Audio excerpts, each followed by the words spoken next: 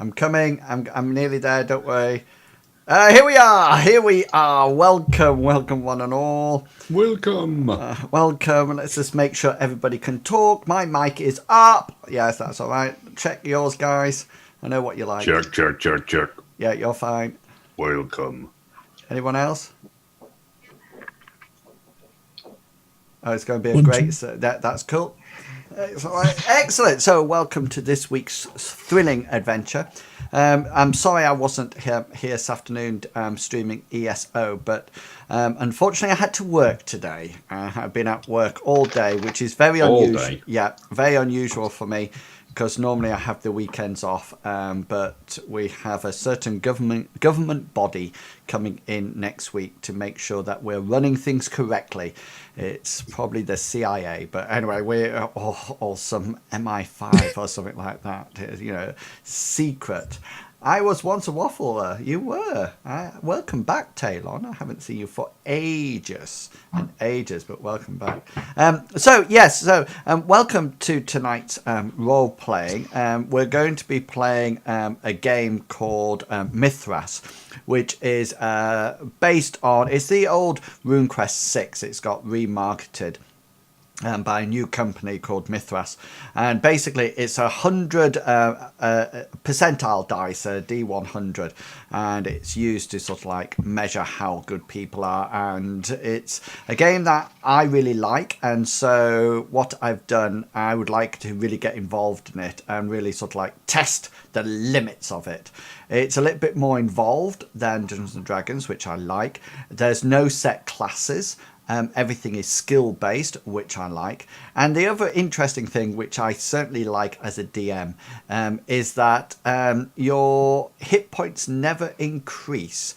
So at the present moment in time, hit locations like your arm, head and neck, abdomen and chest all have hit points, and that never increases unless you increase your physical size or anything like that, and in which case they will go up. But whether or not you're fighting a rat in this adventure or a dragon, you still have the same adventure. Yes, the same number of hit points. So unlike Dungeons and Dragons, when you get more hit points and you can just keep battling through, then this game's slightly different than that. And also we have a wonderful thing in this game called fatigue, which means that if the characters fight for too long or if they do strenuous exercise for too long, then you start to see the effects. Anyway, you will hopefully see how the game progresses and materializes as we go along. I do know that we're going to go straight into a combat, so you are very lucky for that, because we stopped just before combat started last session, and I can see that the initiatives have been rolled. But before I give you a brief synopsis about what has gone on in the adventure so far and dive straight into the adventure, I'm going to allow the players to introduce both themselves and their characters, and we're going to start off down there with the ginger-haired player called Chuggerwugger. Hello, I'm Chuggerwugger, and it isn't my real hair. I don't have any. The character that I play is called Gulliver, or Gully for short. He is the youngest member of the group, and a bit scrawny, ginger-haired, freckled complexion. He is an apprentice sorcerer. He is apprenticed to a Master Healy who is back on the old world where we set off from, and he has been sent here by Master Healy to do what? Well, the party doesn't know. Sorry, I forgot to put the sound effect in there. I do apologise for that. Excellent. And underneath him we have Big Beastie. I am Big Beastie, and I'm playing Briggs. He is ex-nomadic hunter who likes to carry his bow around. And not much else. No. Yeah, he does carry some arrows as well now and again. You know. Yeah, now and again. Are you an ex-nomadic hunter, or are you still a nomadic hunter? He must be ex, wasn't he? Ex. I've been kicked out of my tribe. That's quite lucky actually, because when two tribes go to war, there's normally quite a bit of problem, So excellent. And One is all and two can score, wasn't it? and I have no idea. I never got past that. There was a wonderful line that said, "We're living in a land," was there? Which I then had some where really sex no, and no, collar thank you. Yeah, are thank the you. new words. Thank you. Excellent. And then we will go across to the opposite Frankie side. Goes to Hollywood. It was. Just for anybody who doesn't know what we're going on about. Relax. Yeah, thank you. Just what?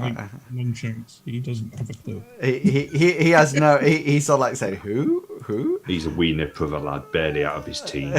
Yeah. Anyway, and talking about Longshanks EPG, let's see who he is playing. Off you go.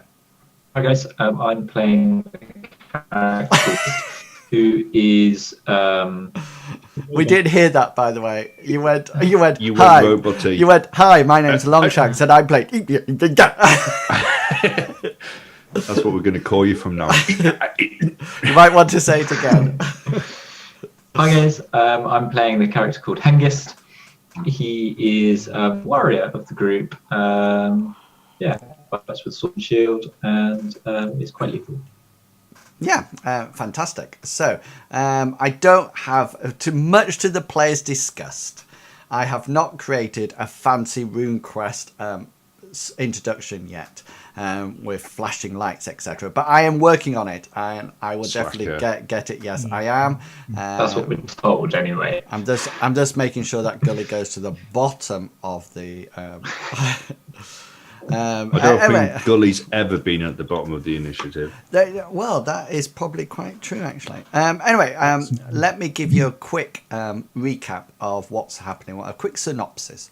So the party, as many of them have said, have travelled from a land far away and have arrived at by merchant ship to a coastal town called Lindowe.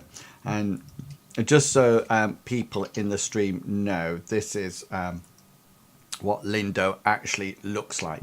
And after being admitted into the walled city and actually being asked various questions, after their captain directed them to a certain inn called the Hairy Hobgoblin.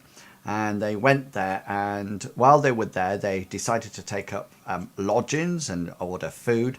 And the owner of the inn, who is called Basil.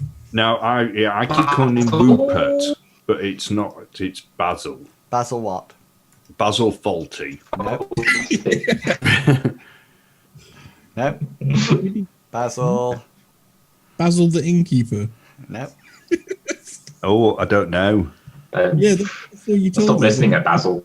You actually busy laughing. You actually do know, because he regaled you with one of his stories, and I think Gully, you were the person who actually asked him, and his name is Basil Earless. Earless, that's it. And he told you a really tall tale about how he actually lost his ear.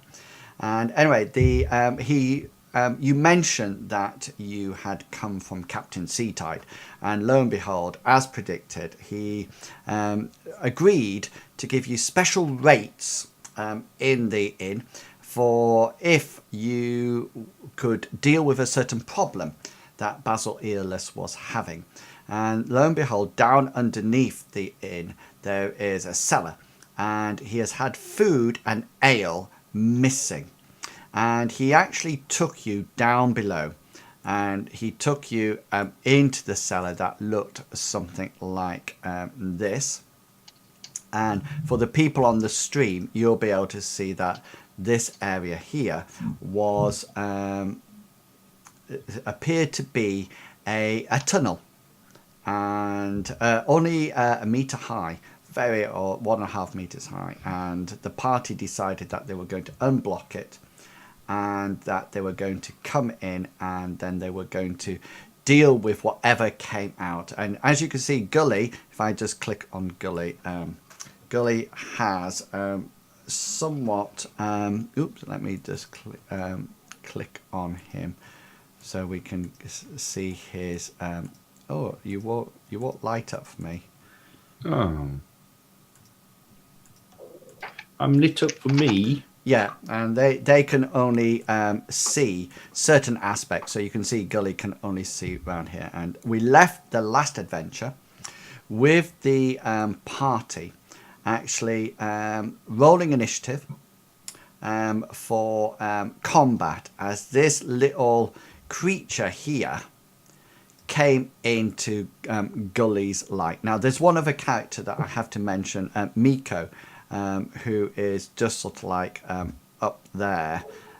She's an old lady that was found by the group and is currently like an NPC who is played by myself. So we are now, if you remember, all ready to actually go into combat. I think you should be able to see your we're in combat round 1, turn 1, and you should be able to see your initiatives that were rolled beforehand. Yeah, can everybody see that? Yeah. Yeah. And we are ready to do some combat. Now, just to let people in the stream know, everybody has action points, so you can see that Gully has 3 action points, Hengist has 3, and Briggs has 2, and everything takes an action point, whether or not it be moving, drawing a weapon, or anything like that. So each round is 5 seconds. Each turn, they're within that 5 seconds. So although it might take us a long time to get through one round, it is quite quick. Okay then, so we are up and ready to go. Is everybody happy to start? Yes. Yes, sir. Mm-hmm. Okay, so we are going straight into combat, and round 1, turn 1, and Gully, you are up. So at the beginning of the round, we came out and unhooded this lantern. Well, when I say unhooded it, we moved a bit of cloth off it to provide light. Yeah, that is correct. Does the rodent thing in front of us, does it look surprised at all? Have we managed to surprise it, or? No, I mean, it's you actually moved out, so it actually saw the light going, and Right. and that's one of the reasons it's so far down on the Okay. initiative list.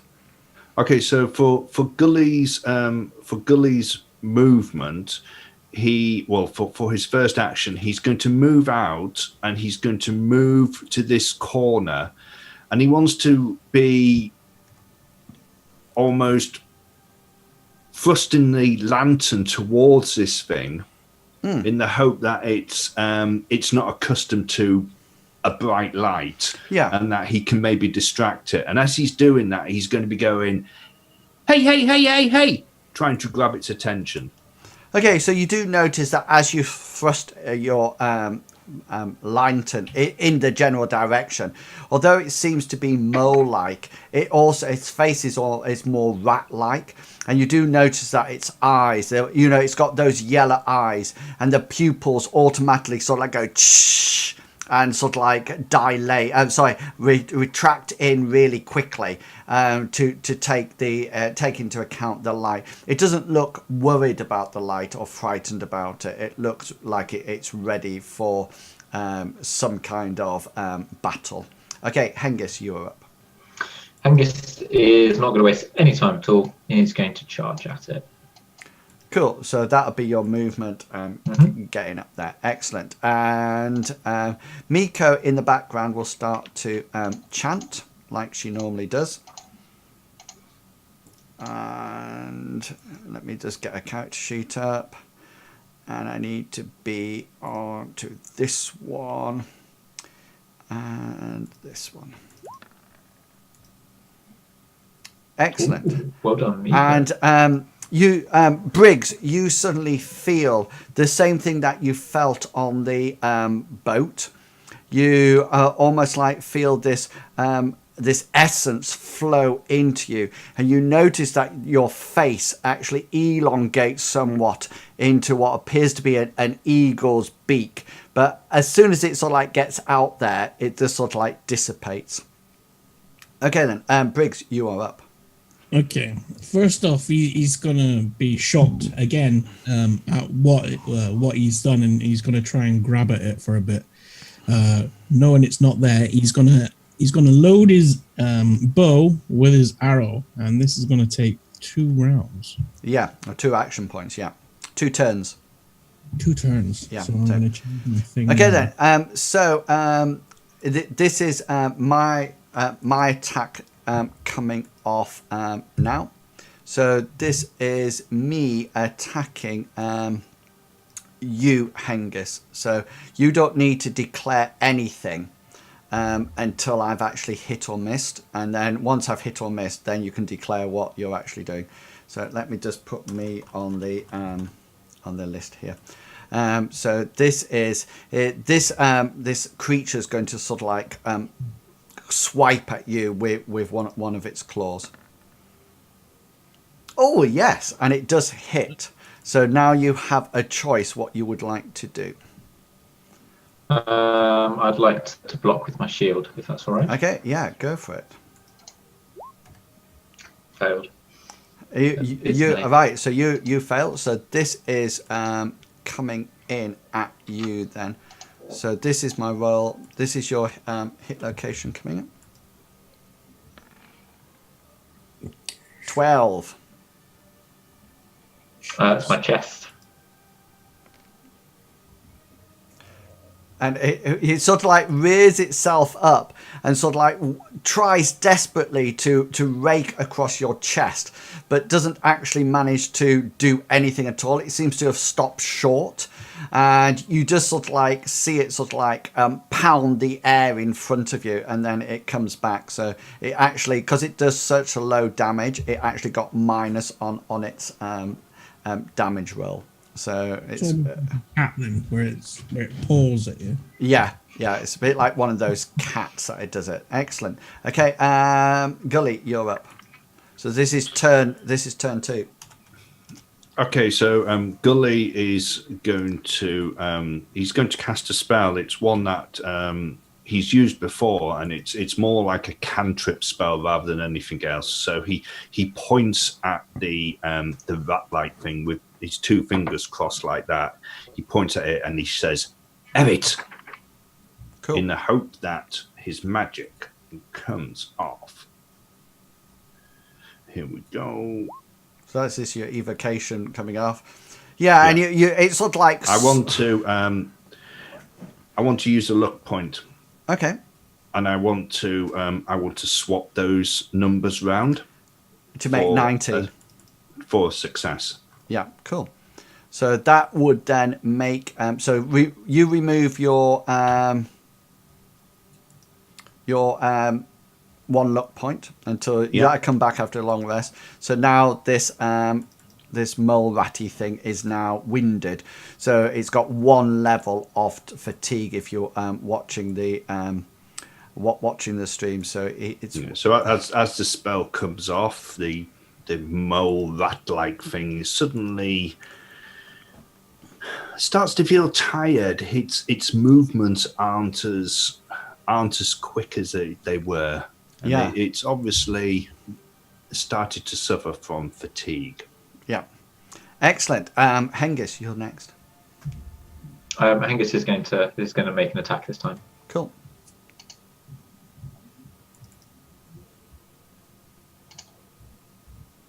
Oh, what's wrong with you?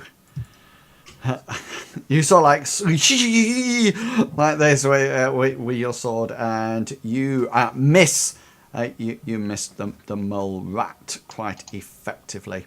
Okay, Miko is continuing to chant behind, and Briggs, it is your turn. I should be able to fire this round. You certainly should be able to. Yeah. Okay, so as these, that's the thing. Are these barrels tall enough for me to? You can fire over them, yeah. Okay, cool.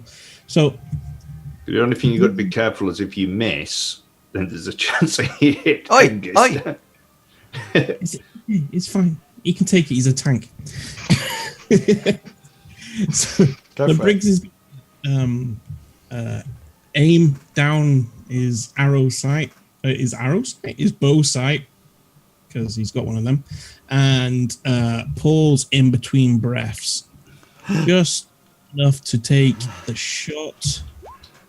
That's his damage.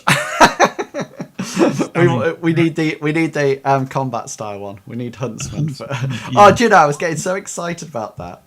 Oh yes, you hit. Your skill actually, by the way, is currently 50. Just so you know. 49 hits. So whack me a location. Are we doing special first? Oh yes, sorry. Thank you. Yeah, what special would you like to do? Oh, You've got one special. I've got one special. Oh yeah, I can fast reload. Okay, fast reload. Um, And then now do your damage. Hit location first, yeah. Thanks, Gully. Yeah, I forgot that. is that the D6? No, Yeah. D20. Yeah, D20. D20 and then your D6. Yeah. Okay. Right in the 12. It's coming right into the side of its chest.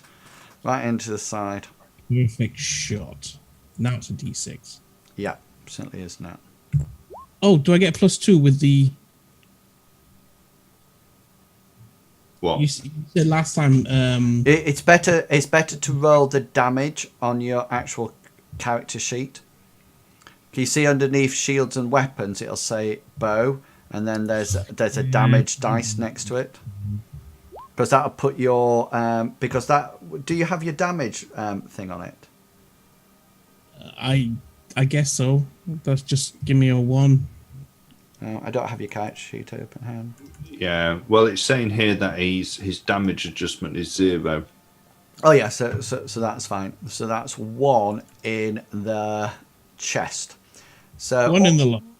So all of a sudden, Hengist, you just see this bow pepper into the side of the rat as it comes sweeping from over from Briggs in the corner there. The mole rat is quite well lit up, Gully, by you, so it's going fine. Okay, turn. Oh, hang on. Rat's turn. Yeah, I'm just seeing how many action points I have. Yeah, so this is the rats with its claw. He misses. That's right. I couldn't do anything anyway. Yeah. So brilliant. Turn 3. Gully, do you have a? Yeah. So Gully's going to, after casting his spell, he's going to reach into his tunic, and he comes out with a throwing stone, which he's used before, which he found on the beach when we were on the island. Oh, it's the one that Canes. It's the one that hit the.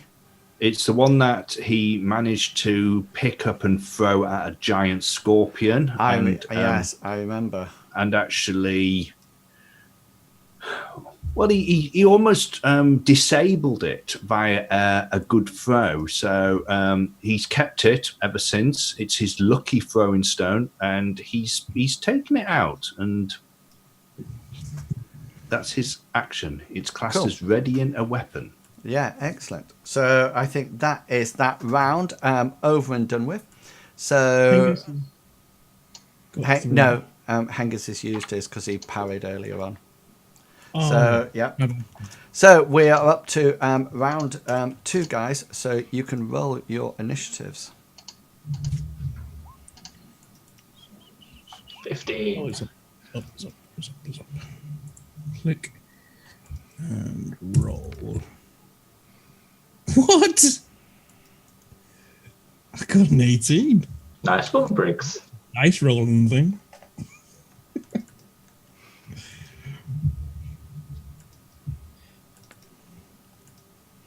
Okay, let me just I'm not going to put Miko on at the. Oh no, I'll put her on. Best to put her on, just because she's going to be withholding us doing a spell, but she might be needed later on. You never know. Oh, 30. Right, let me just reorder you. Oh, I forgot to. Okay, so we're up. Combat round 2. Here we go. And turn 2. Gully, you're up.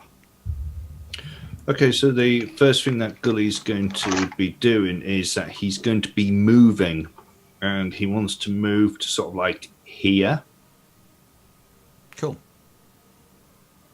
Yeah. And as you see him moving, he's almost like drawing back his hand, ready to throw this stone that he's got in it. Excellent. But he's moved because he does want to try to get a better shot at it without hitting Hengist. Excellent. Much Briggs. appreciated, lad. Briggs, you're up. Okay, so Briggs is loaded another arrow. Correct. So he'll be able to, because he's done his special of reload, then he can actually fire now, because instead of 2 rounds, it'll just take him 1 round to do it. Yeah. So he's gonna do the same. He's gonna take a deep breath in, exhale halfway, and release the arrow. And this Which time it misses. Yeah. No matter what. Yeah. By Okay. the light. Just as you release the arrow and it goes flying off to one side, you suddenly get this feeling, because you're currently in darkness, and you currently get a feeling that that there is something very, very, very close to you, extremely close to you. And all of a sudden, there is a claw swipe that comes out of the darkness. And luckily, just sort of like your hunter instincts sort of like allows you to sort of like move just at the right time as this claw barely misses the top of your arm. So you sort of like release the thing, and as your arm was still down here, there's this sort of like this swipe of claw just by your arm. Hengist, this is you.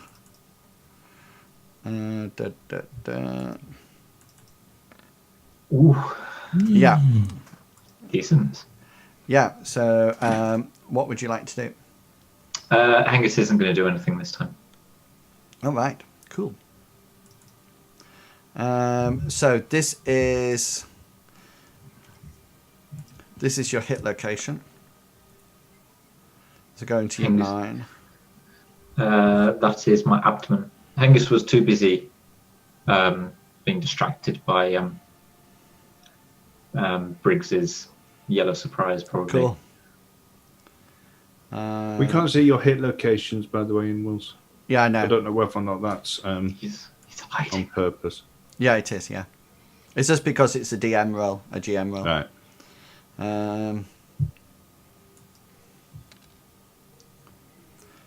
And you take 1 point of damage to your 9, whatever that is. Yeah, my armor's 5. Cool. And Hengist, you're up. Hengist is immediately going to attack backwards, attack back, Yeah, nice. because he's enraged that this creature has decided to take a swipe at him. Yeah. Hang on a minute. Oh, sorry. Stop getting excited. Sorry, I clicked it as you started saying it. So as you swipe down with your sword, this little mole rat tries to evade your swing as you come down. Yeah, and even with its damage, it rolls over to one side and it avoids your swing. It's currently, as Chugwugger will tell me, he's currently prone on the ground at the moment. Mika's doing whatever. So Gully, we're back up to you. So Gully, having moved round with his arm drawn back with his lucky throwing stone, he is going to launch it at this ratty mole thingy bobby. Cool.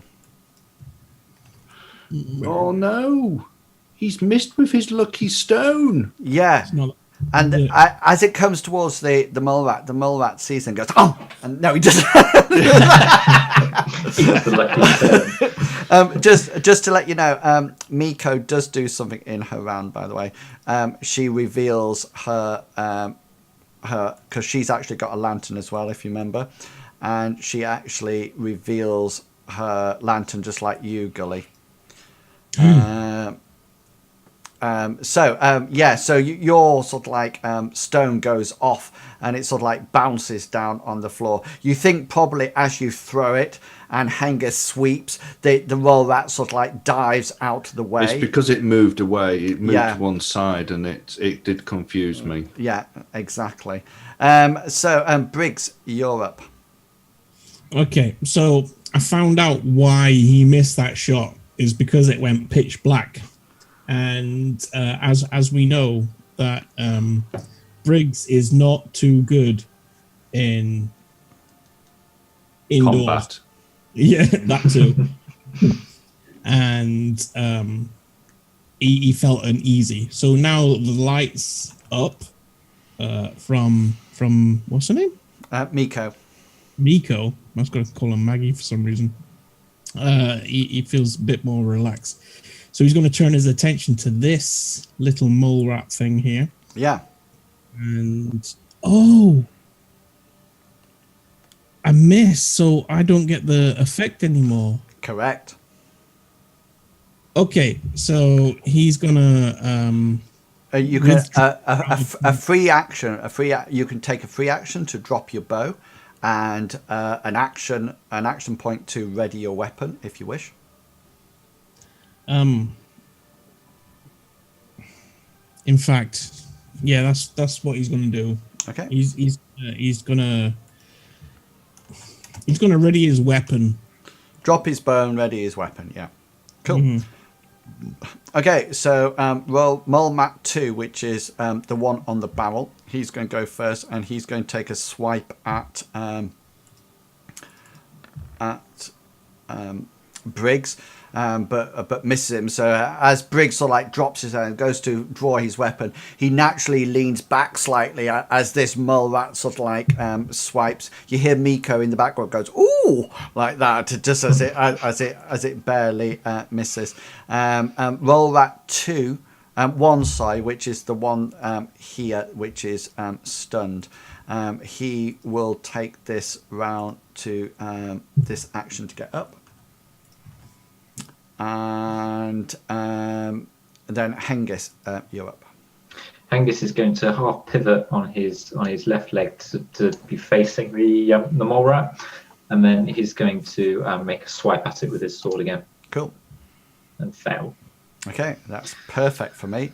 And Miko shouts out on her action, "Look out! There's another one!" Like that. And Briggs, you sort of like think, "Oh, duh. Thank you." You know, it's a bit obvious. And we move into combat turn 3 if anybody has anything left. So Gully has one action point left. Certainly does. He is going to use that action point to again reach into his tunic, and this time he's going to come out with the round disc, the metal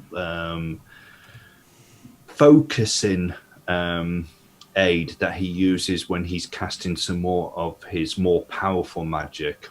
Cool. He's wondering why on earth this this mole rat is still around.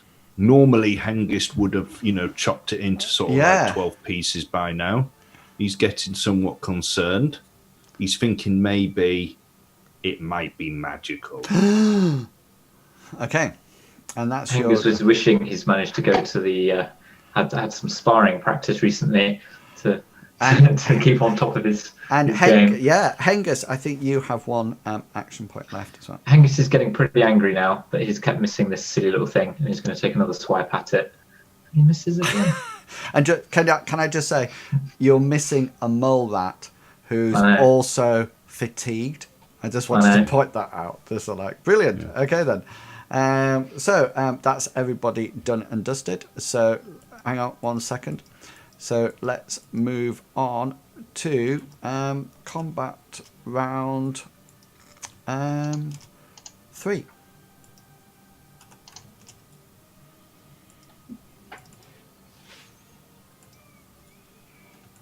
I wanted to go last anyway.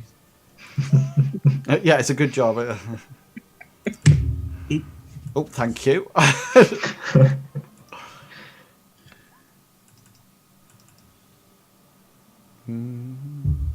me just get my initiative done. Sorry, that was MoleRat 1, which I just need to add its We turn. both got 15. No. Oh, MoleRat 1, got you. Yeah. And then MoleRat 2. Oh, obviously 15's a popular number with them. It is for MoleRats. Yeah. MoleRat. It's something quite worrying when the mole rats outdo half the party, isn't it? Yeah. Or the old lady who's sort of like 90. Yeah. It's a bit, yeah, the old lady goes ahead of the young brisk warrior and the huntsman. Okay then, Gully Willy, you are up. Okay, so the first thing Gully is having to do is to make his endurance roll because we're in the 3rd round of combat. Yeah. So he needs to do this to resist any fatigue. Correct. Because he's only a scrawny youth, he does get fatigued quicker than the other ones. So, yes, I have to get below 18. I don't think so with an initiative. Oh! So you will have to do it for another 2 rounds. Yeah. Yeah, which is the second time he's actually managed to make his endurance roll. And you see him stretch out this disc towards the mole rat, and he starts mumbling a spell. It's obviously a lot different from the last spell. The last spell was just sort of like quick, sharp, instantly done. This is obviously more powerful. He's focusing some magic through this piece of jewelry that he's holding. Cool. That's me done. Oh yeah, so I thought you were going to roll a dice. I was getting really. No, I don't need to do it until next round because it takes 2 rounds to actually do this one. Oh, got you. I got you. Because it's the type of magic that he's doing now is a sorcery spell, and he has to put shaping points into it.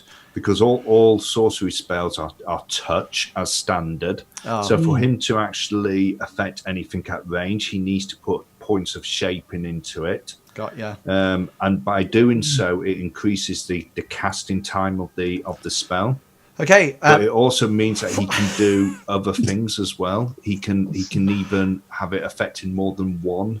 Excellent. Which he did on the boat with the zombies. Excellent. So Miko moves up alongside you. She seems to have her staff out, ready to attack Briggs. Not ready to attack Briggs, but ready to attack, Briggs. Or Briggs, she looks like she's ready to attack the mole rat. Excellent. Here comes mole rat time. So this is 2 Briggs. This is against you. Okay.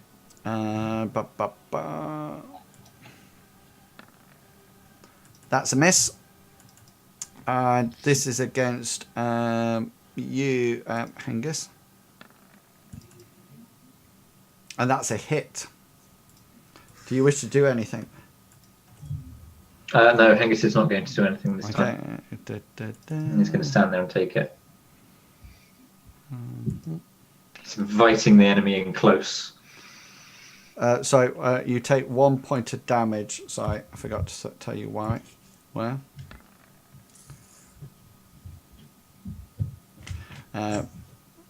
Where's your 3?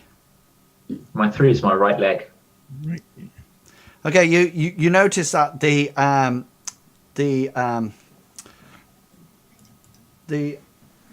hang on a minute, I just need to get my sheet of paper.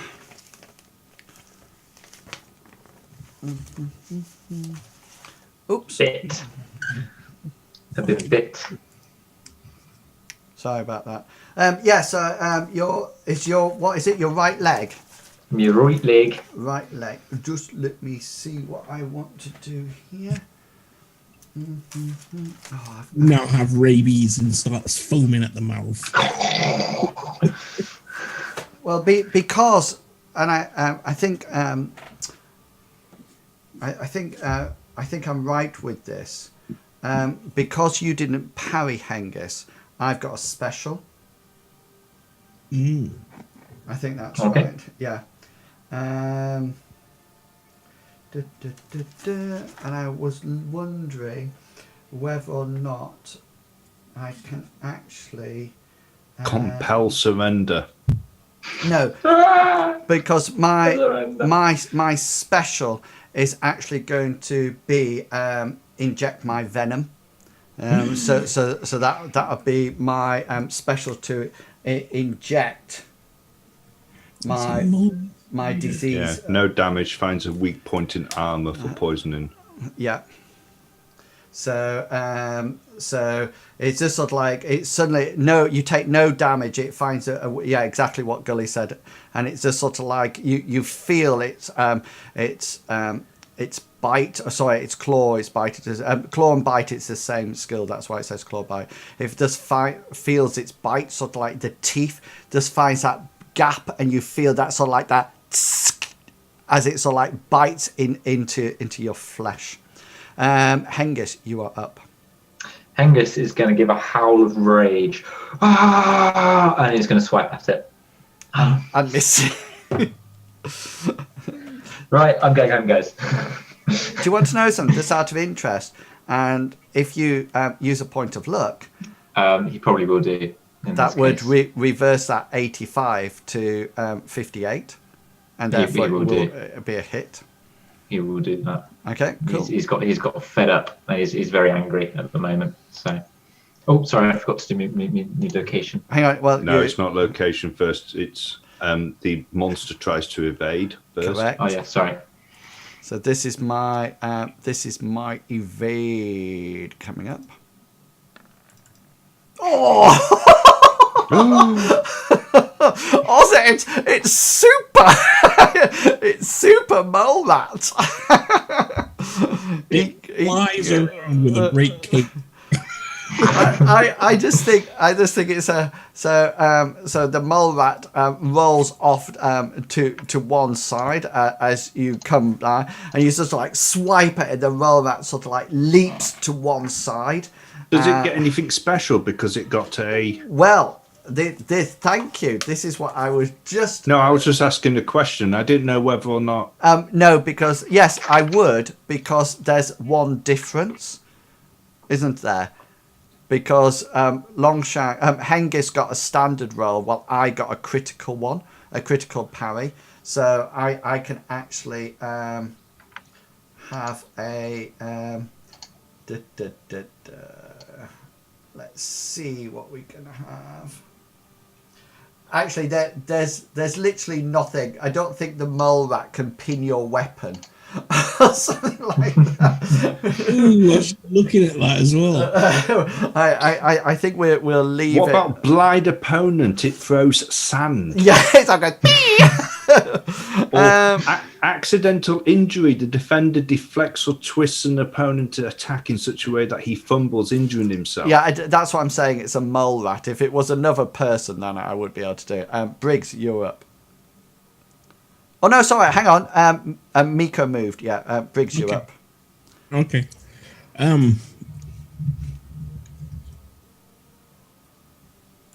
You can Did fight. I draw? Did I draw my? You did, yeah. Right. Okay. Yeah. So this round he is going to release with great anger and furious. What's he I fighting? forget. Is it a sword now? Is it a long sword he's got? Yeah. He's Yeah. sorry. Yeah. Yeah. He's pulled out his long sword. He's dropped Yeah. his bow. He's pulled out his long sword, and he's gonna swipe. At the MoleRat. Oh, I can't find Look at him it. hit first No, time say- as well. same Was as- it? It's exactly the same one as you normally do. Huntsman. Same as your Yeah. huntsman. Yeah. Yeah. Oh, okay. Yeah, he doesn't like this You're not sword. going to hit anything with that. No. These MoleRats are too wily. Yeah. He was because Mika moved up. He was scared that he was going to hit Mika. Yeah. Gully, you're up. He pulled Okay, out. so this is the second round that Gully's Second been. turn. Second turn that Gully's been casting his spell. So hopefully, with a bit of luck and a 48% chance. So as he's focusing and chanting or mumbling away to himself, this grey smoke slowly starts coming out of the middle of the disc, weaving its way towards the mole rat. And as it gets up to the mole rat, it curls around its... It's, hang on, because they've got different hit locations. It's middle. Its middle. It's a bit like, you know, when you get a hamster that has no middle in it. I always think hamster's got no middle. So this grey tendrils of smoke wrap around its middle, and as it does so, it almost seems to crackle with a bit of electricity. Cool. Doing 3 points. Oh, you get to evade it. Even if I've got no action points? Oh no, you can't evade it if you've got no action points. Or is it a resist? It is.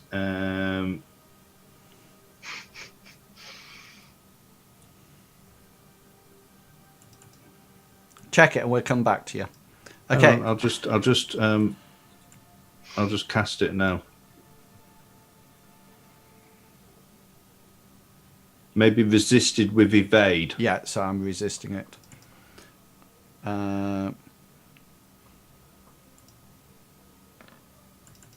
No, failed. Okay. So he's taken damage. Yeah, I've adjusted it. Don't worry. Okay then. Miko. Miko's turn. She's going to whack this mole rat with her mage staff, but misses. Only just though. Yeah, she was very close. Closer than Hengist. Yeah. Watch it, you. MoleRat 1 can't do anything because it's wasted all its action points. But MoleRat 2 can actually take a swipe at Briggs, but misses. And now we're up to Hengist. Angus has no things left. All right, cool. He used 3 a while ago. Okay. Oh. And Briggs, do you have any left? Yeah, you do. I have. I only have 2. So if Gully and Hengist is out, then I was out. Gully, how many have you used? 2. 2. I think I used. Yeah. I think I'm out actually.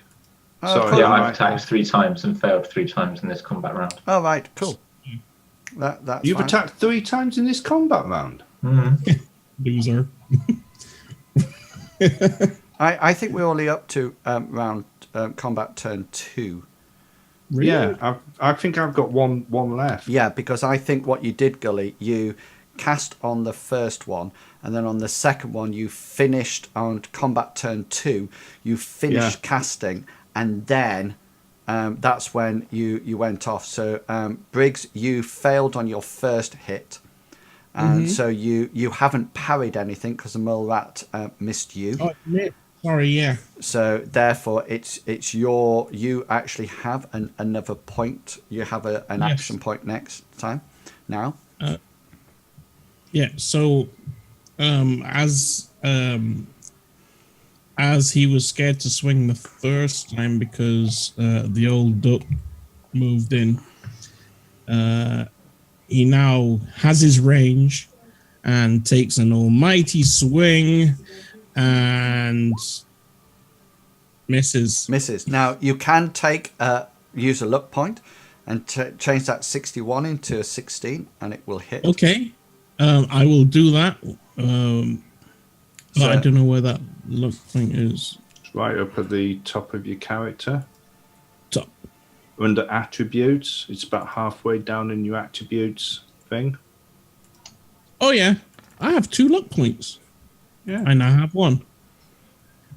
Okay, and you swing at it, and the mole rat jumps,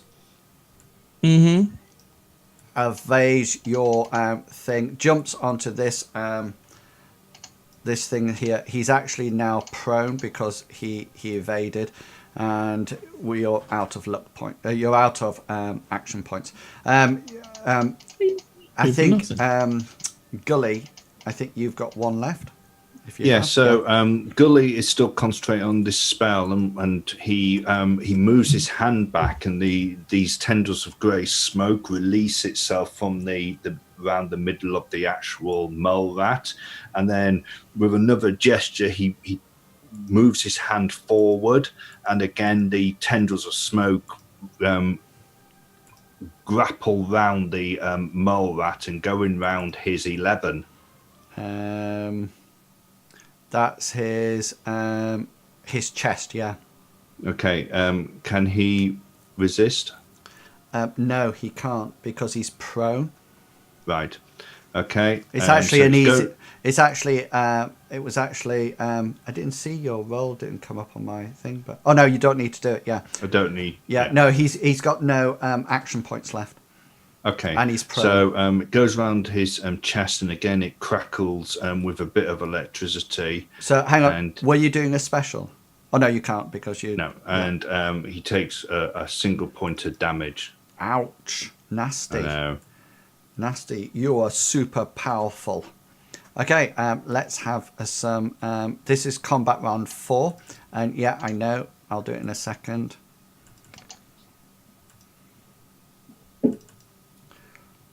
Ah, 13, Gully. I got beaten by a rat. And Briggs. I don't know what's worse. And the other rat. Right, are we all on? It's because I'm focusing a spell. Yeah, that's the problem. Okay, so Hengist and Briggs, you need to roll your endurance. Oh shit! Yeah, endurance. Where's endurance? Hengist is not having a good session tonight.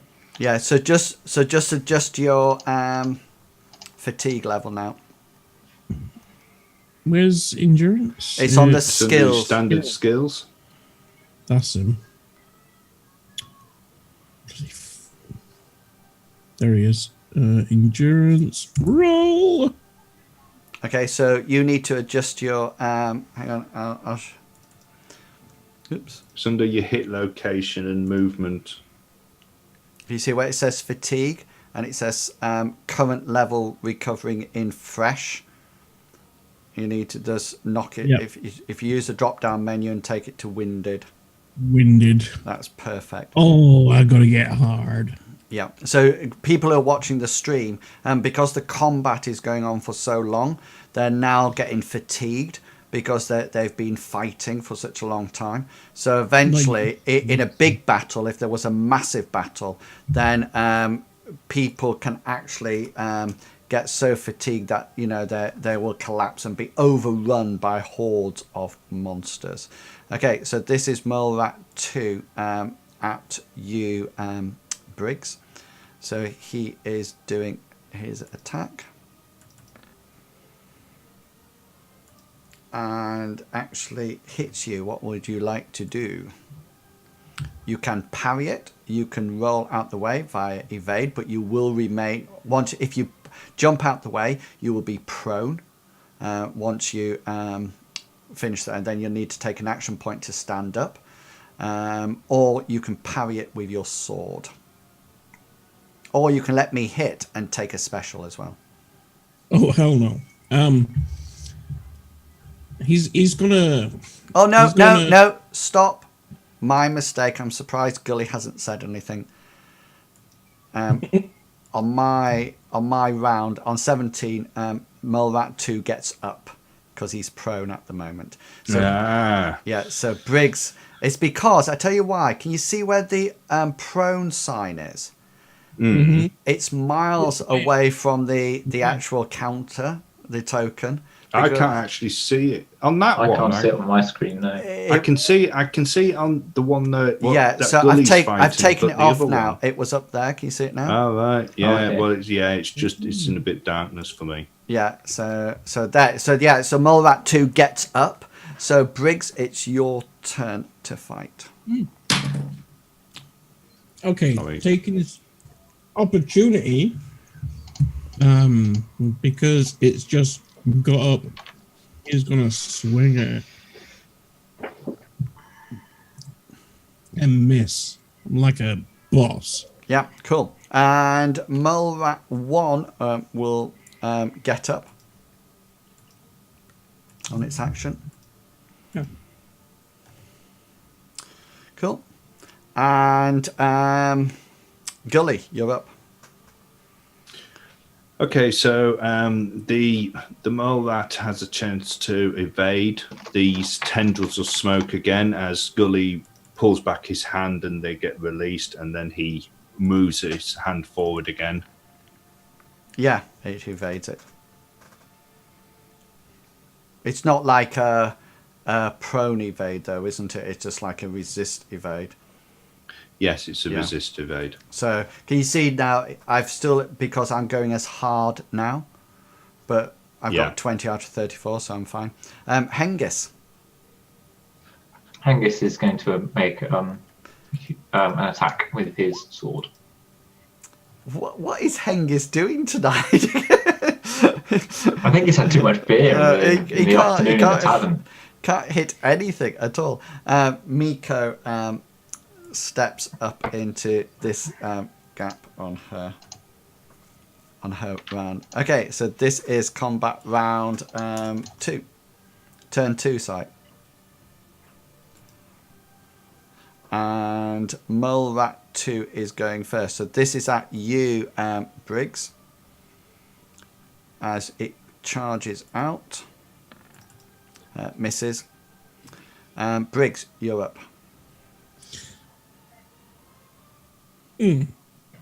Okay, seeing that he sees the rat take a swipe at him, and he moves kind of slightly. He also steps back into it and takes a swing with his sword, and my! Right. I think that's the first time I've seen stars. So therefore that technically means it's a critical. Okay, so you have a variety of things you can do. You can bypass armor, which it doesn't have any in any case. You could choose location. Okay, or you can do maximum damage, or you can you can't do that's ranged weapons. Yeah, so you can do, if you wish, maximum damage to your hit location now, and plus you actually have 2 specials that you can do. So you could actually do choose location and then critical damage. So you could literally you can literally choose head max damage, and that's what he's going to do. Yeah. Head him. Okay, so you will choose the creature's head. Yep. Okay, and then what is the damage that you actually do? On my long sword is 1d8.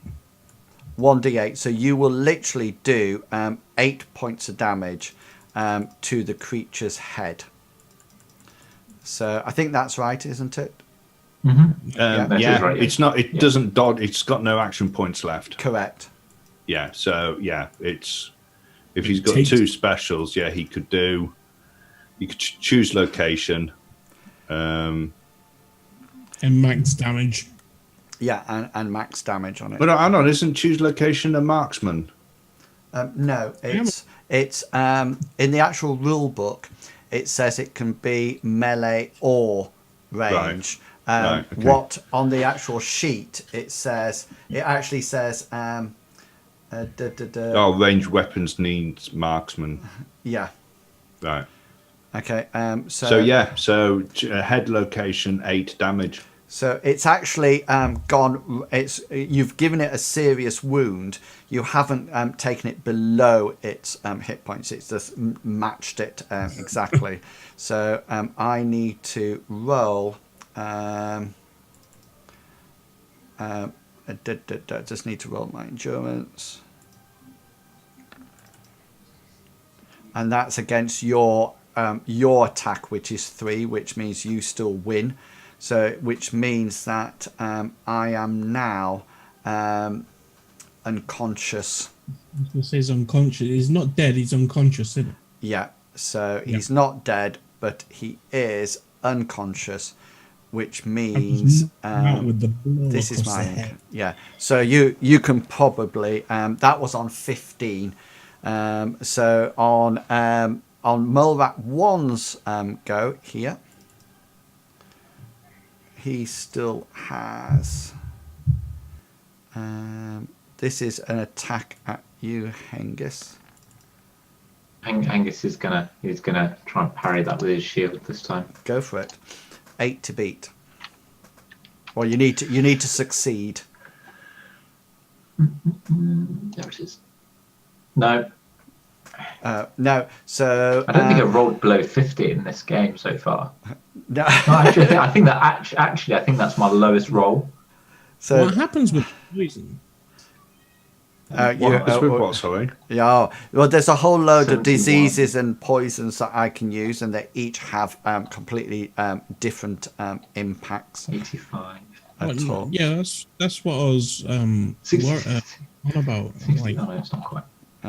So this is different poisons like cause different damage. yeah, or different effects.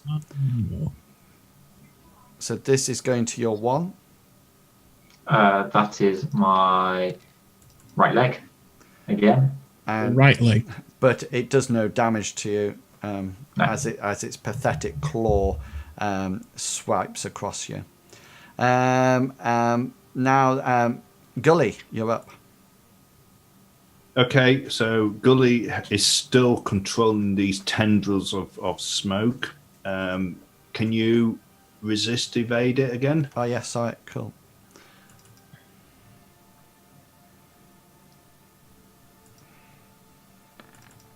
No.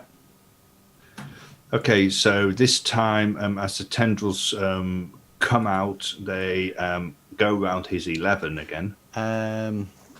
Yes, which that's is his chest again, isn't it? Yeah, it is his chest. They crackle with electricity for 6 points of Ooh. damage. Hang on. 1, 2, 3, 4, 5, 6.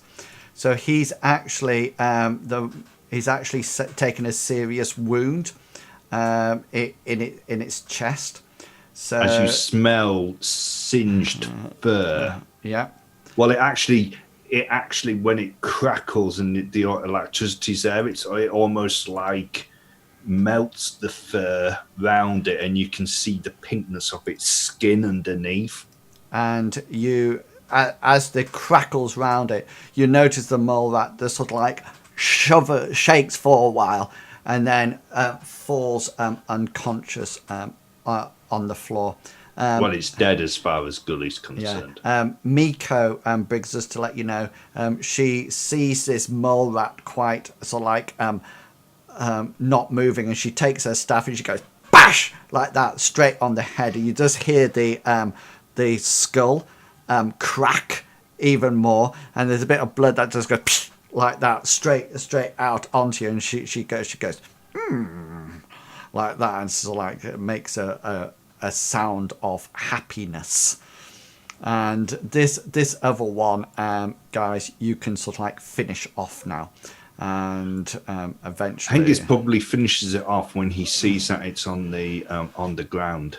And Hengist is annoyed. He's been so angry. He's been bitten, scratched at so many times.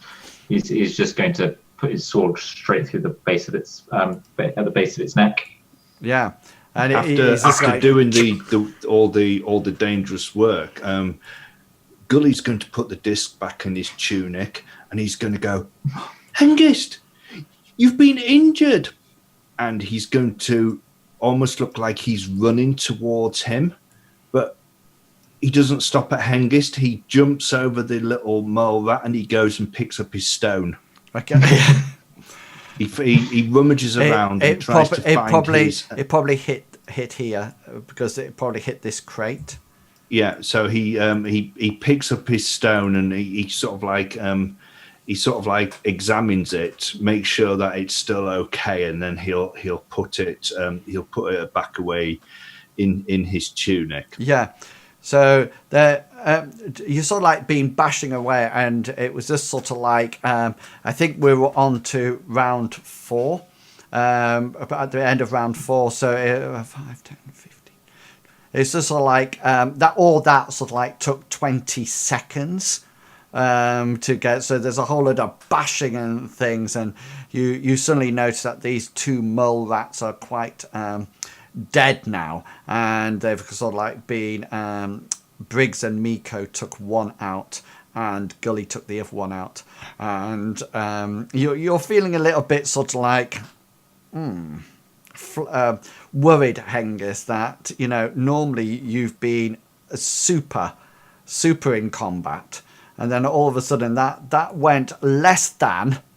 I think it's a mixture of a very long voyage on the sea, lack of exercise, and a couple of ales have taken their toll on Hengist. Yeah, Gully's going to look sleepy. up at Hengist, and then he's going to look at his belly and sort of like say, "Did you eat too much at supper, Hengist? Did you?"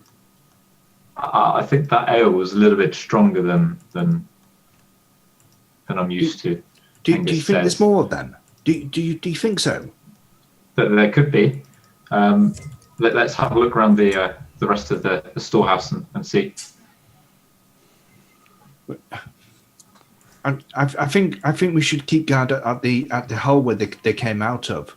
I've lived on the streets. I know that rats are sort of like pack animals. They normally travel around in packs. Does that mean you're volunteering to go down the? Gully's going to go to the entrance, and he's going to sort of like kneel down, and he's going to have the lantern as if he's sort of like shining it down the hole to see whether or not he can see anything. Well, the first thing you probably do before you sort of like set off with this, you sort of like you move around, and Miko actually sort of like says in the background, she goes, "Oh yes, Gully, you will be right. They do normally travel in packs. It's very unusual that there's only 2. Don't you think, Briggs?"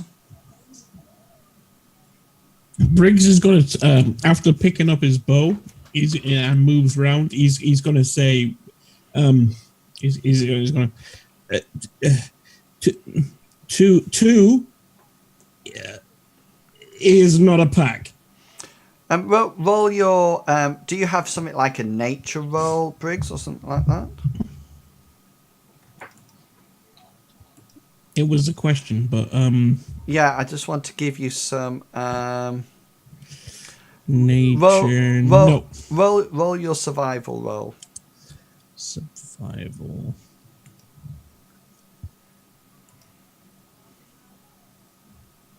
Where's survival? It's on your right-hand side underneath Oh. professional skills.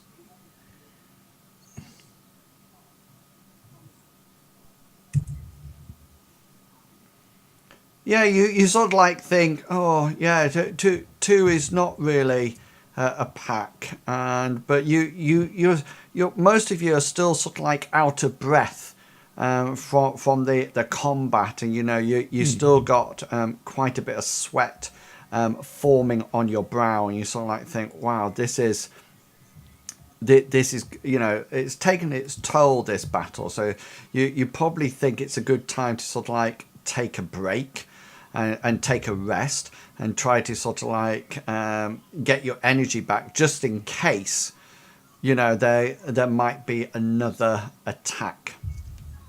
Gully's going to see whether or not he can work out from where he came into the building and the position of the stairs and the position of where this hole was. In which direction it leads. Does it lead back to the docks? Does it lead further into the town? Does it? I'll just move you to the map, the town map, and you figured that it probably leads. It looks like it's going. Sorry, not the other way round. Sorry, my fault. Can you change the color on that? Yeah. Sure. Well, somebody's got my colour. Somebody's got my. That's because somebody had my colour in the previous game. There we go. So I went purple because purple wasn't being used when we started. Purple's Waffling Wilson's colour. Yeah. Waffling Wilson had the green from the right. beginning of Okay. this. See. The other color, I thought it was going the other way. So this, can you see that, guys? Yeah. Yeah, I can now. Yeah. So it's going towards the military docks, if I remember. Yeah. So yes. it sort of like comes out of sort of like from this direction. Yeah. Gully, you do see some. As you get down and you sort of like shine your light down. If anything, the tunnel gets somewhat smaller as it moves away from you. You figure this is probably the biggest part of the tunnel, and as you look down you can see it sort of like narrows and probably gets down to about the height of one of these mole rats, as if it's when you see a real life mole underground, it's literally tight to the edge of the tunnel. It's a bit like that. You figure they as they get further and further down, it probably gets quite tight. So Gully, being the smallest of the people in the party, is he going to actually be able to? Is everybody going to be able to get down this tunnel? Does it look like? Everybody will be able to crawl down with probably almost like commando style. Right. Okay. But so Gully's going to turn around to them and go, hang on. The tunnel gets narrower and narrower. You're going to be able to get down. If we go after the rat people, you're going to be able to get down, but you're not going to be able to take your shield, Hengist, because there's not going to be enough room for it. You also Briggs is going to turn. Sorry, go on. No, go for it. I was going to say Briggs is going to turn around and say, I can't do it. You also think that if you actually went down this tunnel, you don't think you would even be able to fight. If something sort of like came, you couldn't sort of like have a weapon out or anything like that. And Gully, you will also think that even spell casting is going to be very limited. You're going to be fighting as if you're prone, or even worse. Yeah, Hengist is gonna pop up and say that there's no way we can actually fit down there and actually be of any use down there until we get to the side. So, and the likelihood of us getting through that tunnel without being attacked is negligible. It's not going to happen. But the best thing to do would be to stay here and try and lure them out again. What was if they don't come out? We promised. we promised Basil that we would actually help. We said that we would do this job for him, and in return he's going to give us board and lodgings. The two of you have finished off two of them. If we put some food, just like near the entrance, we might be able to lure more of them up. But how do we know that that's the end of them? We could lure one up, and we could kill that, and that could be the end of it. Or there could be 10 of them. There could be 20 of them. We could just be here for forever. And make some insight rolls. And it's gone. 15 minutes has gone past now, so you can take off your fatigue before you do it.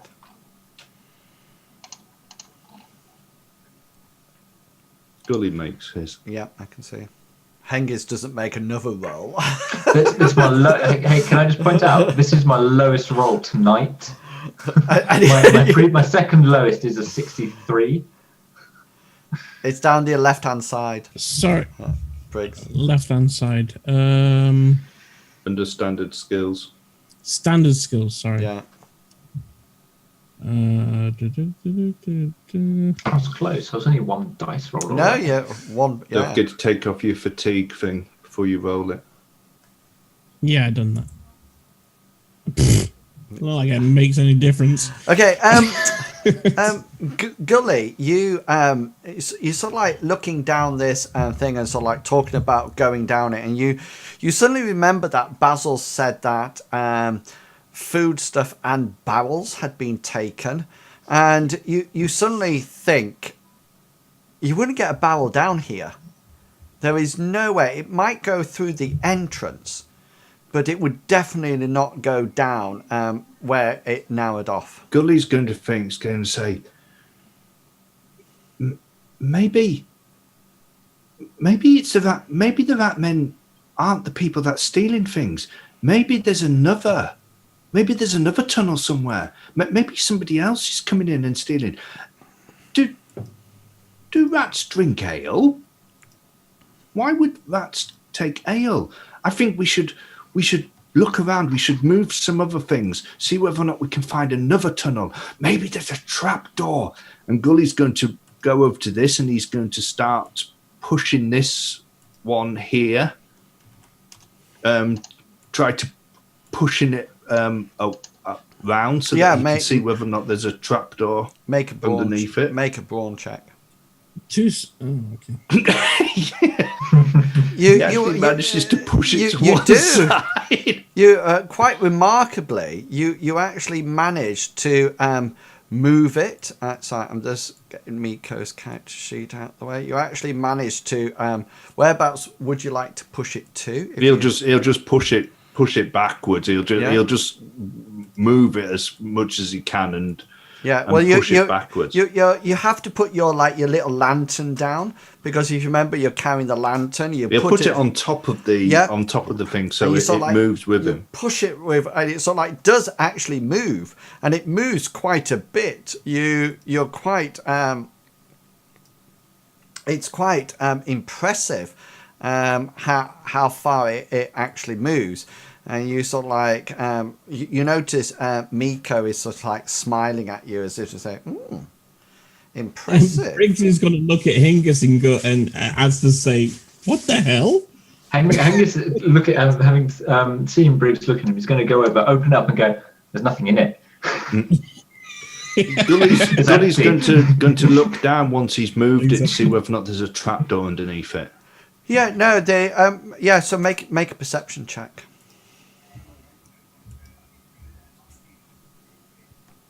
Oh my god! Can I make a request? Can Chugawurga start rolling my my dice? Yeah, everything I want to do. I think he probably should actually. This is like a role reversal of the first combat that we had, where Hengist was just rolling sort of like Criticals. 5s and 10s and nobody else could hit anything. And and everybody then thought that Hengist was super, and then and then we get to know him. Okay, that's a critical success, isn't it? I got 5, yeah. Yeah, it's a good. I can see the star next to it. So you actually do remember, Gully, that this crate wasn't originally there. Oh, it was against. I thought it was this.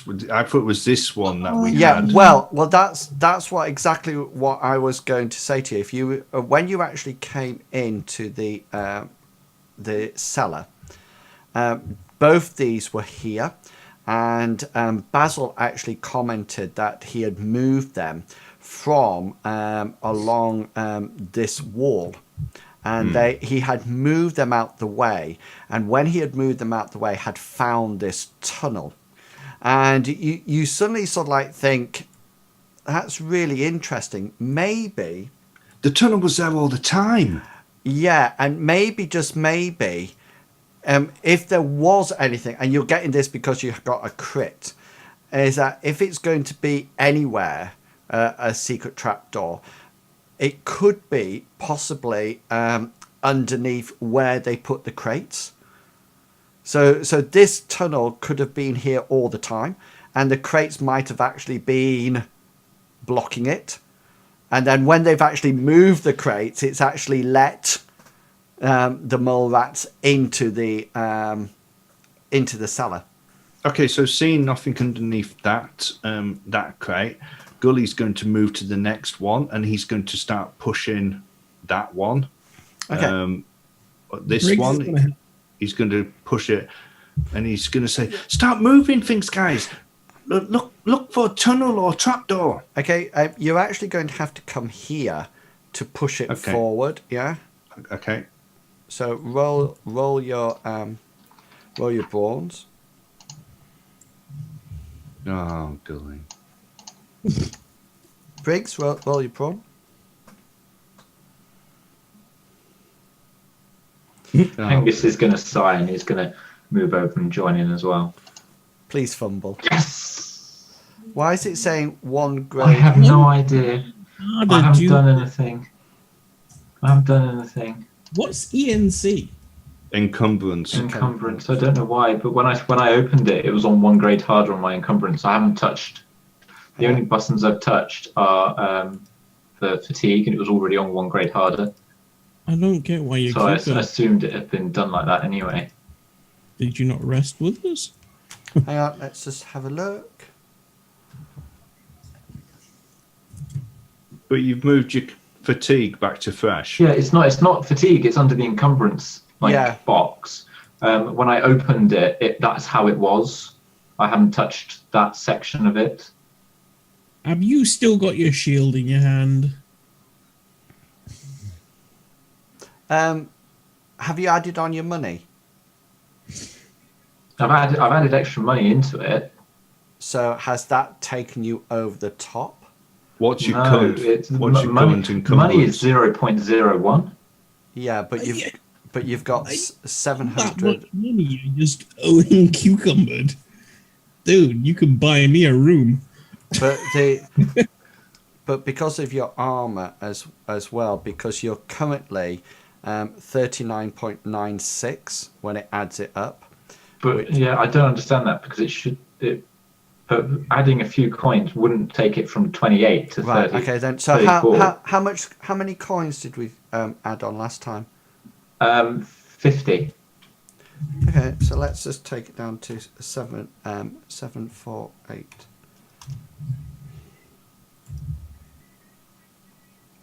It's not changed it. No, hang on. We need to refresh it.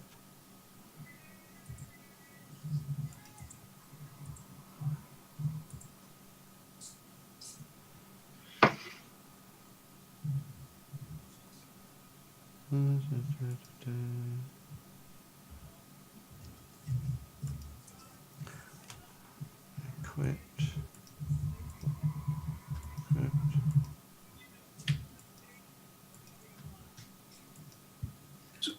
It must have been something after that, because Yeah. wouldn't it also, if you were encumbered, wouldn't it affect your dodging and your parrying, etc.? It would have come up, but it's been 1 grade harder since I opened it tonight, at the beginning of tonight. Underneath wondering- your, I've been sitting underneath here your wondering, brawn, underneath Yeah, your well- brawn, do you have any of the other boxes ticked? Apart from the one that looks like an anchor. He's got his thumb. He's got his. Have you got the one ticked which is... I mean, it's an encumbered role, so... But he is encumbered. If you look at his actual sheet, it says that he's carrying a medium load, so his dexterity and strength skills are actually one level higher, one grade higher, due to encumbrance. But I've only added 50 silver coins. Well, open it up, and where is it giving it from? Is it saying encumbrance from armor, missile weapons, gear? Well, his encumbrance from armor is 28, but his effective encumbrance from armor is 14. And Right. then he's Anything got, to do with wound penalty. and then he's got his shield, his melee weapon, no missile weapon, encumbrance from gear 7, encumbrance from currency 7.49. Right. Well, mine's only 1.13 For what? for my encumbrance from money, Where do you get encumbrance from? and I must have more. Well, I mean, I don't know. I've got 113 silver pieces. Yeah, you've been collecting gems in all sorts, ain't you? Yeah, but when you say silver currency, what does it say? It says silver, value Yeah, 1, value 1, encumbrance 0.01, Yeah, quantity 113. yeah. So hang on, let's do this. 798, isn't it? What it was? Yeah. Yeah. Let's put it down as 1. See, even if you put his money down as 1, it's not actually. How much money's you got? Well, yes, but what I'm saying is that even if you put the quantity down as 0, it's not actually changing the. So if you do currency from 0, encumbrance from currency 0, okay, he's still carrying a medium load. Yeah, but I don't know what it's coming from because it's not coming up on the previous rolls. No, well, it would only come up if you're rolling a dex and strength skill, Okay. and brawn is a dex and strength skill. Yeah, but it wasn't like that last week, most definitely, because I've been looking at it going, well, why have I suddenly got a -2 on base move and all that sort of thing? Because it was not like that last week. See, the thing is, if I unequip one of your armor, so if you unequip it, can you see now it's normal? Yeah, it's gone to normal. Can't But you I've just had- change his current encumbrance? Or you can't? I can't because No. because it's actually linked. It's all done automatically. But I haven't changed anything like that since I've started, Right. and it was okay, always on normal. Just put in the equipment encumbrance. Just set everything to 0. No, what I've done is that I've changed the dex and strength skills to standard. But what I need, see, it says that your current encumbrance is 27, and it down at the bottom says you are burdened if you're greater than 26. So that it's picking up that 26 from somewhere and saying that you are encumbered. So what we need to do is figure out Is that? why it's picking that up from the encumbrance from somewhere, and that's what we need to do, and it's whether or not but I can work that out at a later date, just using the rules rather than Yeah. trusting the thing. But it should, if you do your brawn roll now, it shouldn't have it on. No, it's not good on. Yeah. Okay, it's actually, just so you know, it actually doesn't matter because your roll is the same. Just what it's saying is that instead of doing the standard roll, do It the would be hard. I would be Yeah, harder. Yeah. yeah.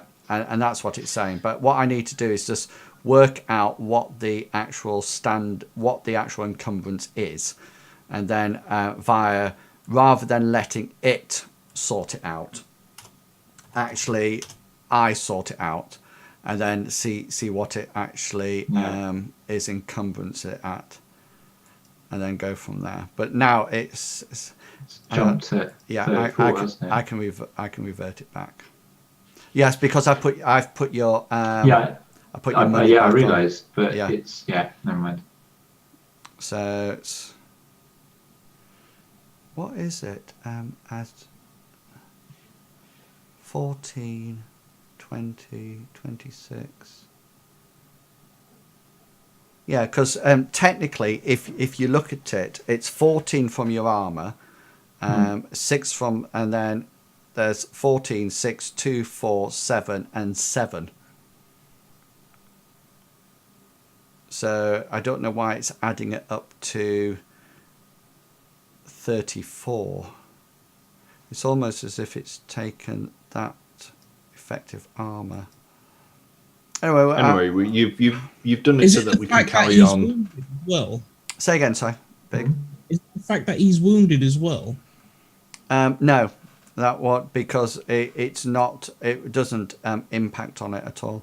I just need to see why it's doing it. It seems to be working.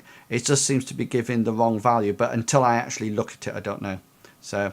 Yeah. So anyway, so that first roll will actually succeed on the first one. So the crate actually gets moved to here. With 3 of us all moving it together. Yeah. Yeah. And then you can make some perception rolls. Because my red bubble, my token has now gone up as well, so I don't know what's going on. Your token? Yeah, when you click on the token, you have the red, the green, and the blue bubble. Yeah. When I started tonight, the red had a 1 in it. Now it's got 18, so I don't know what's going on. I know what that is, because originally it was your action points. And that's what it originally was. So you must have had 3 and adjusted it throughout a combat once. And then we stopped using it. We went to the little gem on the disc, on the token. Yeah. But now on all of yours, it has your perceptions on it. Oh, okay. So you've added that in. Okay. Yeah, because there's no passive perception in this game. So say, for example, I want to see whether or not you actually notice a trap or something. Okay. Then I don't want to be going into your character, so I can actually just click on them and see your passive perceptions there. So if I'm happy with the fumble, like 31, I wouldn't see it because I'm on 30. I would say in order to see this, well, what I would actually do is that I would actually roll to see whether or not you saw it. So, right. But I would do a GM roll and sort of like see what it was and think, yeah, well done, you got 7, so you actually saw it. So Briggs, did you roll, Gully? Yeah, we all failed. Yeah, we all failed. No, but well, it depends on what it was. I got easy, and Briggs got very easy. Yeah, and hang on, let me just roll Miko as well. Because she's super good at perception. Jesus Christ, she is. Yeah. Thank God for Miko. And just well, Gully, you see it as well. You actually see it as well after your wonderful crit roll beforehand. That there's actually appears to be quite a sizable trap door. Can you see it? Mm-hmm. Yeah. There. Hengist is he's gonna see if he can open it. Yeah. So and it appears to be very flush to the ground, and it seems to have no obvious way to actually open it from this side, which leads you to believe it's not it hasn't been open from this side. It's almost like for somebody to actually get into the place. So you probably think that the only way to do it is to either get your sword or your dagger and actually sort of like put it in and maybe try to bend your sword and leave the trapdoor up. Hengist will do that reluctantly, but he'll have a quick glance around to see if he can see, because there's lots of crates and barrels here. He'll see if there's like a bar, an opening bar, or crowbar or something around anyway. There seems to be nothing in this room of that. There might be, if you remember, you actually came through some previous rooms, so there might be something in there. You're not too sure. He's not in that. He's in too much of a hurry, so he's going to draw his dagger and use his dagger to try and open it. Excellent. Roll your brawn skill.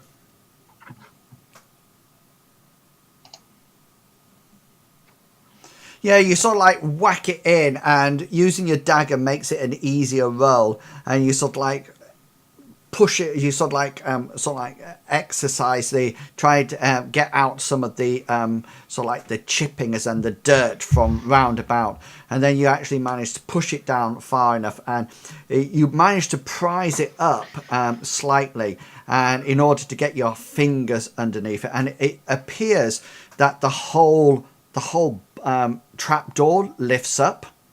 It doesn't look like Gully's going to put down the lantern, and he's going to, as it starts getting prized up, he's going to try to help and get his hands and Miko sort of like slides her staff underneath it as well. But it looks like the whole board comes up. It's not hinged at one side, so it doesn't go up and down like that. The whole lot appears to sort of like lift off, and you can probably by moving some things around, if you move this out the way a bit, and Miko comes round here, you can probably move the trapdoor, the actual trapdoor over here. So it's just sort of like slides across.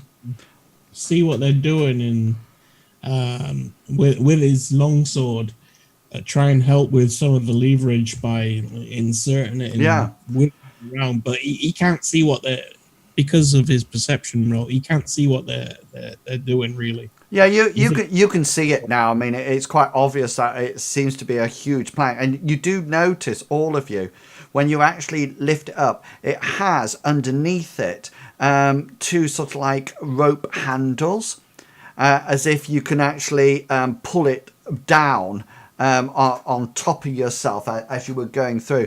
And you also notice that there's a ladder that is actually at Briggs's side, so it's here. It seems to be a ladder that goes down, and you can see that it goes down into the darkness. I think this is where they were getting in. This is where they were taking the barrels from. It wasn't those rat men. It was other people coming up. That does make more sense, Gulliver. Yeah, well done. That will explain why things have gone missing rather than been broken into. He's going to say, we're not going down. We have to, but we promised Basil that we would. We said to Basil that we would sort what was taking all of his food and his ale. If we don't go down, how else are we going to get down there? Gully's just going to sort of like get down, and he's almost going to lean over the thing with the lantern to see whether or not he can actually see the bottom of it. And Miko goes, "Let me see if I can help, Gully." And she takes a lantern and she just goes like that, and it just sort of like Gully's going to watch it going down. Yeah, and it goes down, and you expect it to sort of like go bash, but it seems to almost like hit something soft. And when you look down, there seems to be sort of like a mattress down there that is just sort of like landed on. That would also make sense. And you notice that the it seems to be totally enclosed in the 3 walls. So remember the ladder is here. So on this wall and on this wall, it seems to be enclosed. But you can see, Gully and Briggs and Hengist, from where you are, that the light shines off, sort of like going down in this direction. And so that will be heading back towards the docks where we came in. Yeah, it's definitely heading back towards the docks area. And I think, gentlemen, we will have a quick 10-minute break at that point, just before we go anywhere. So, guys, we are going to have a quick 10-minute break. So please do take the opportunity to go and have a drink and grab something to eat. And we'll be back when the party maybe ventures down to see what is actually down at the other end of the tunnel. And so we will be back in 10. Okay. Don't go away. Well, you do go away, but come back.